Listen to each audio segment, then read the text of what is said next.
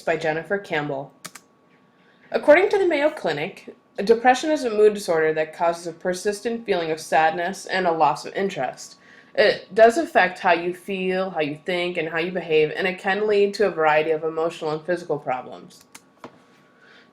A case of depression can affect every area of wellness if it isn't treated, and those areas of life that were once important to a person can quickly become non-existent. However, it has been shown that if people with depression can overcome the lack of motivation in these areas, it can prove to be beneficial to fight the mental illness. We're going to be looking at depression through three interdisciplinary lenses in this PowerPoint. The first one is science, the second one is business, specifically human resource management, and the third is humanities, specifically religion and art. The root cause of depression has still not been discovered. However, there are a variety of factors that have been found to be involved. Biological differences, brain chemistry, hormones, genetics, and life events, they all play a part as to why someone becomes stricken with depression. MRIs can notice a difference in the brain of someone with depression and someone without depression. According to the Harvard Health publication, research indicates that the hippocampus is smaller in some depressed people. But while it is noticeable, it can't be used to detect depression, nor has it been able to determine how it started. The most popular methods of treatment for depression are medication and therapy, in which antidepressants are used as medication. Antidepressants work on brain chemicals called neurotransmitters. Some of the most common neurotransmitters are serotonin, dopamine, and norepinephrine. Brain cells usually produce levels of neurotransmitters that keep senses, the learning and movements, and the moods, they all going well, like a well-oiled machine. And when these levels are disrupted, this is when mental illnesses happen. So Prozac, Zoloft, Paxil, Celexa, Cymbalta, and Wellbutrin, they're all different types of antidepressants that work on several different types of neurotransmitters. And it's recommended that if the medication has been given, it should be taken 4 to 6 weeks before any of the results are really seen. It's common that once people do start to feel better, they start to fall away from taking their medication, which usually becomes a problem because then it comes back. Usually the best course of action is to battle depression with a balance of medication and therapy. There are people who would prefer to take a more natural approach to dealing with their depression and wellness as a whole, and these people are interested in a type of medicine called alternative medicine. And there are several different types within the label of alternative medicine. Greek medicine, Ayurvedic medicine, traditional Chinese medicine, and Tibetan medicine. Those are some of the most popular methods. In Greek philosophy, Hippocrates, a Greek physician, suggested that mental illnesses were related to an balanced or imbalanced body fluids, or the humors. He thought that melancholia was caused by too much black bile in the spleen. And so for remedies, he used things like bloodletting, bathing, exercise, and dieting to treat it. Something that I found to be super interesting was that depression was called melancholia. And I've taken many different temperament tests, and one of them was called the DISC profile. One of the 4 temperaments is melancholy. I thought this was an interesting correlation, melancholia and melancholy. And, I'm just curious if the melancholy temperament was named after melancholia because of the introverted, factual, and private characteristics of the temperament, since some of those characteristics can happen when someone's depressed. In Ayurvedic medicine, depression is an imbalance in the 3 doshas, which are Vata, Pitta, and Kapha. Please excuse my pronunciation. Or a lack of awareness in one's deeper inner self. Unlike our treatments for depression today, which are strong and cause many side effects, the antidepressants, Ayurvedic medicine is more gentle, and it typically is herb-based. And so since it is natural, it doesn't take long to take effect, sometimes even within the same day. It doesn't take as long as the Western medicines for depression, which, like I said before, is 4 to 6 weeks. Since Ayurvedic medicine is natural, it can be used in conjunction with antidepressants. Depression, according to Tibetan medicine, is connected with the mind, which is the basic foundation of the system. It deals with an imbalance in the 3 different energies, and of course I'm most likely not going to say them right, Arlang, Krispa, and Badkin. Essentially, when there is an imbalance, it does disturb the body and mind by putting pressure on the central mind system. Tibetan uses many herbal remedies, but it does focus mainly on meditation and using a spiritual counselor in order to help with the journey. They also did have some stranger remedies such as vomiting and moxibustion, but it did emphasize a proper diet with healing properties. Traditional Chinese medicine believes that depression is an indicator that there is a blockage in the liver energy. Curcuma, which is the popular Chinese herb, is used to help remove that blockage. And Dan exercises are also used to help the liver and to increase blood flow to it and to help remove with the blockage.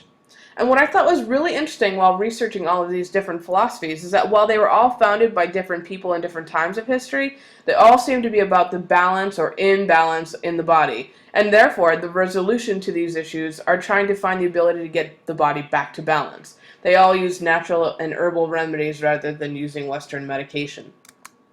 Inventors have also had a hand in the treatment of depression with new technology that has come out recently that has been invented to deal with the depression. The most common technology today is called light box therapy, and a light box basically mimics the outdoor light. Researchers believe that this type of light causes a chemical change in the brain that lifts your mood, and it does ease other symptoms of seasonal affective disorder. Most people use light boxes for a minimum of 30 minutes each morning. Brand new technology that's come into the news is transcranial magnetic stimulation, or otherwise known as TMS. During a TMS procedure, focused magnetic impulses are directed to the brain. The electrical currents produced, they stimulate the nerve cells involved in the mood regulation that may be underactive, which causes the depression. And by restoring the equilibrium, TMS helps reset this imbalance of chemicals from a diseased brain to a healthy one. And this technology was the most interesting to me because it seems to mimic what alternative medicine does by trying to restore balance. There was also an app for smartphones called Student Life, and the data that was received by the phone, the motion, audio, and location data from your smartphone, can be used to determine if there's stress or depression in a person. And that was developed by a Dartmouth professor. Detection is the first step in treating the issues. Managers in the workplace would be in a prime position to identify many of the symptoms that depression can manifest. Some of the symptoms are decreased productivity, lack of morale, lack of cooperation, accidents due to safety risks, absenteeism, alcohol and or drug abuse, and making frequent statements about being tired all the time.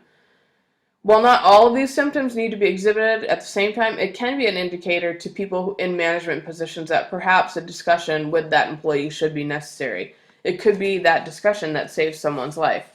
Many times employees with depression may not be aware that they have the depression, or they could be aware, but they just don't want to say anything for fear that it may affect their job security, or they're concerned that it'll get out and people will gossip about them, or even that insurance costs will be too much in order to deal with it properly. In 1990, depression was ranked as the fourth most common disease, and it's on track to be the second most common by 2020. At any one time, 1 in 20 employees will be experiencing depression. So this will definitely have a dramatic effect on the workplace. After I graduate in a few months, I want to work as a corporate human resource manager. And so with depression affecting so many people, it's most likely that I will encounter employees struggling with depression. It might be that through recognizing these symptoms and behavior surrounding the disease, it could be the catalyst that allows them to get the help and potentially save their life. It would also save the company money, which, as you know, is a big role of human resource management. Clinical depression has also become one of the costliest diseases. If it is left untreated, it can be as costly as other prevalent diseases such as heart disease or AIDS to the U.S. economy. And it can cost over $51 billion in absenteeism from work and lost productivity, and $26 billion in direct treatment costs. So if treatment is sought, it does have an 80% success rate. However, unfortunately, more than 2 in 5 employees in the United States have no workplace support programs that they can use for help with their mental issues. And so it would be my role as a human resource manager to either create a support program, or if the company already had them, to make these programs widely available and known to all employees without fear of repercussion or judgment. And so by ensuring that these programs are utilized, they would help with the treatment of the disease and, therefore lowering the cost of the disease to the company. So I'd also want to be up to date on the rules and regulations of my company regarding short-term disability, since many times patients who are diagnosed with depression, they end up having to take time off from work in order to deal head-on with the issue because they can't function normally. And if this is the case, employees who are employed at companies that have this type of insurance, they need to work with the human resource department to figure out their leave. And that can be kind of tricky. to navigate that. So knowing the laws also surrounding the Americans with Disabilities Act, or otherwise known as the ADA, it would be helpful to know if this need should arise. Finally, I would like to educate other managers about depression and how to recognize and see the signs that an employee struggling with this disease may need. I want to be available to these employees as well as a resource in how to get help if they're unaware, because a lot of times they don't know what to do. And I would also like to help those struggling to support them with special accommodations if necessary, which would be based on the ADA guidelines. Many people do not view depression as a real disease. I have found this to be especially true in the Christian church circles. I grew up in the church and was really involved from the time I was 15 on. And so many times people who were dealing with depression were made to feel that they were failing by admitting to be depressed. People were told to get a better attitude or to think positive or even have faith that you'll be healed. And while I don't disagree that God can heal, I do think that there needs to be additional resources sought out. Medication is frowned upon and viewed as something that isn't necessary because God will heal you.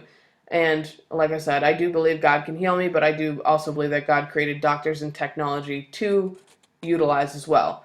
As a member of a Bible-believing church, I had heard many of these sayings firsthand of people who were struggling in this area. And it led them to feel like they were failures rather than to accept the fact that they had a disease that could be helped by taking the medication. And it was oftentimes viewed as a sin, and thereby it made people not want to be honest about what they're struggling with and not opening up to people who could help them or get them help. And while not every church is like that, I do understand, and not every Christian is like that, I would say that Christians probably aren't doing the best at representing Christ in that area. And I think many people are ashamed to ask help from their pastors because they are embarrassed and they don't want them to know. I did read a really great quote in Relevant magazine. It was, "Depression is not a character defect, a spiritual disorder, or an emotional dysfunction, and chief of all, it's not a choice." And it was written by an author, Brandon Peach of Relevant magazine. I just thought this was a great quote, just showing us that it is not a choice, it is a disease, and they shouldn't be ashamed to get help like any other disease. Robin Williams' suicide on August 11th, 2014 was caused by severe depression, and that is a perfect example of that. Instead of being sad that he suffered alone and deeply, many Christians called him selfish, ignorant, or even a bad person for taking his life. And while I don't believe it's my place to debate whether his choice is wrong and selfish, it is my point for bringing this up that during this difficult time in his family's life, people were defaming him for his actions. I wish he'd been able to get the help he needed without taking his life, as he was incredibly talented, and he impacted millions of people. But his story did bring to light the need to make this terrible disease more known and to get people to understand that it is okay to get help. And we can only hope that someone else decided to not go through with their plan to end their life based on something they heard said during this time. When the depression is managed, people can function in a state of wellness, provided they manage their symptoms once they arrive at that state. A big part of depression is stress, so being able to manage stress in the workplace is very important. So knowing what triggers your stress at work is important as well. Once a trigger arises, a person should take a break from the stressful situation. By taking a small break to sit or breathe or meditate or whatever, it can greatly assist that person during those times. A person's environment can also play into adding the stress. If a person knows his stress becomes triggered by a cluttered desk, it would probably be wise to ensure that he keeps it tidy at all times.